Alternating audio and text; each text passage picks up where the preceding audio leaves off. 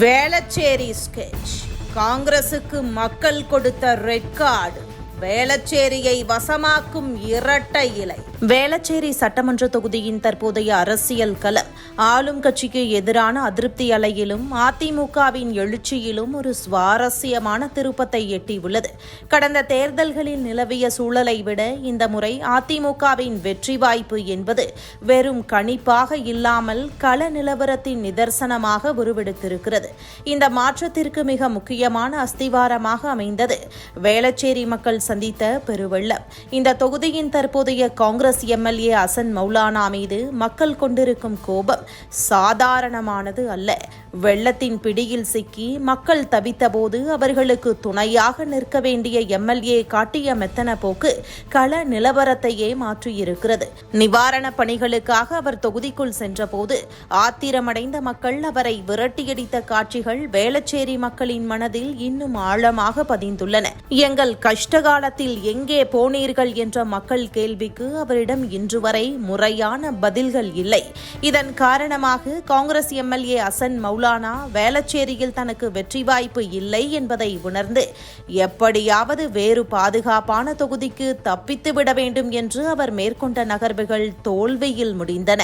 இதற்கு நேர்மாறாக அதிமுக வேட்பாளர் வேளச்சேரி அசோக் மக்களின் நம்பிக்கைக்கு உரிய மனிதராக தன்னை நிலைநிறுத்திக் கொண்டிருக்கிறார்.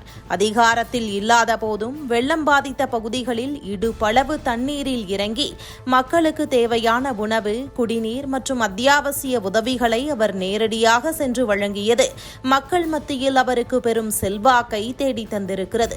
ஆறுதலுக்கு கூட ஆள் வரவில்லை என்று மக்கள் குமுறிய போது களத்தில் நின்று உதவிய அசோக்கை மக்கள் இப்போது தங்களின் நிஜமான பிரதிநிதியாக பார்க்க தொடங்கிவிட்டனர். வேளச்சேரி தொகுதியின் வாக்காளர் அமைப்பை பார்த்தால் இங்கு நடுத்தர வர்க்கத்தினர் மற்றும் படித்த வாக்காளர்கள் அதிகம். இவர்கள் பொதுவாக செயல்பாடுகளின் அடிப்படையிலேயே வாக்களிப்பவர்கள்.